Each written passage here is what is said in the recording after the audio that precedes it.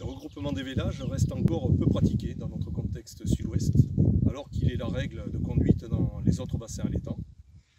C'est en effet l'étape initiale et profonde d'organisation de la conduite qui permet ensuite de rationaliser toutes les tâches liées au suivi du troupeau.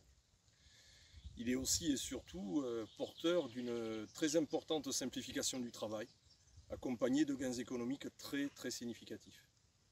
Mathieu Laguarde, à la tête d'un troupeau d'une cinquantaine de reproductrices, nous explique pourquoi et comment il a fait le choix d'organiser sa conduite autour de 2 périodes de vélage. Alors Mathieu, alors que la plupart de tes voisins ont conservé traditionnellement des vélages étalés toute l'année, qu'est-ce qui t'a fait passer à une période de vélage groupé?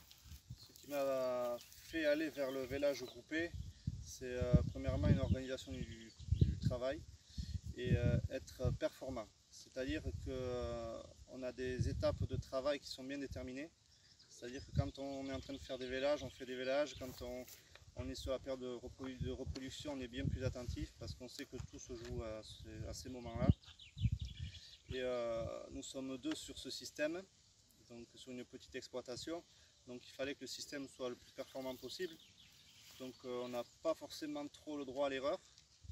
Et je pense que c'est le vélage groupé permet d'être performant parce que les IVV ont bien descendu grâce à ce système.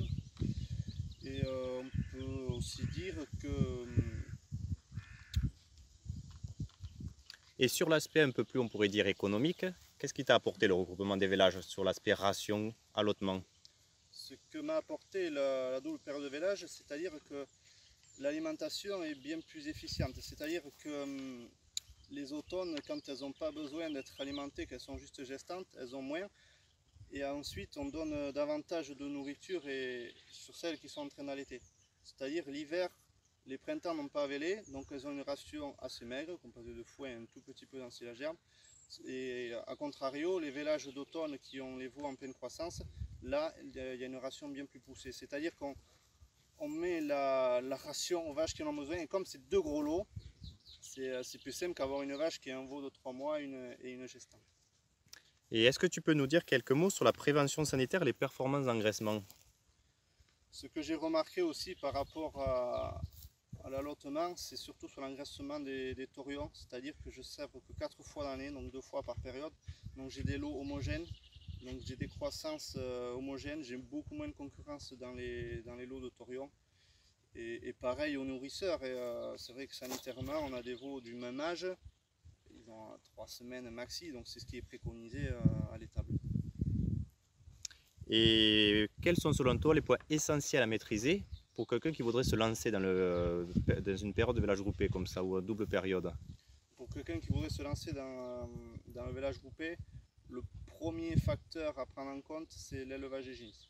C'est-à-dire qu'il faut être rigoureux sur l'élevage des génisses, donc je ne l'ai pas été, donc je sais de quoi je parle.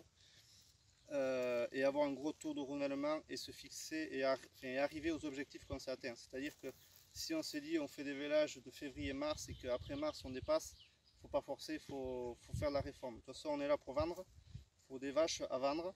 Donc si on vend des vaches qui ont déconné, il faut le renouvellement des règles. Donc la clé de la réussite de ce système, c'est les génisses. Moi il m'a fallu quand même 5 ans pour atteindre cet objectif. Donc aujourd'hui on est vraiment sur 2 fois 2 mois de vélage. Et donc j'ai commencé par les génisses, c'est-à-dire que j'ai calé mes génisses et au fur et à mesure d'avoir toutes mes génisses vaches, m'a fait mes deux troupeaux distincts. Et finalement, tu nous disais tout à l'heure qu'il ne fallait jamais lâcher un petit mot à ce sujet-là. Je pense que dans ce métier, il faut se fixer des objectifs. Et, enfin, moi je travaille comme ça, si j'ai pas d'objectif demi, je me lève pas pour rien. Et il faut arriver à ces objectifs. Tant qu'on n'y est pas, il faut persévérer. Il y a des échecs, j'ai eu beaucoup d'échecs, mais on s'en relève toujours plus fort.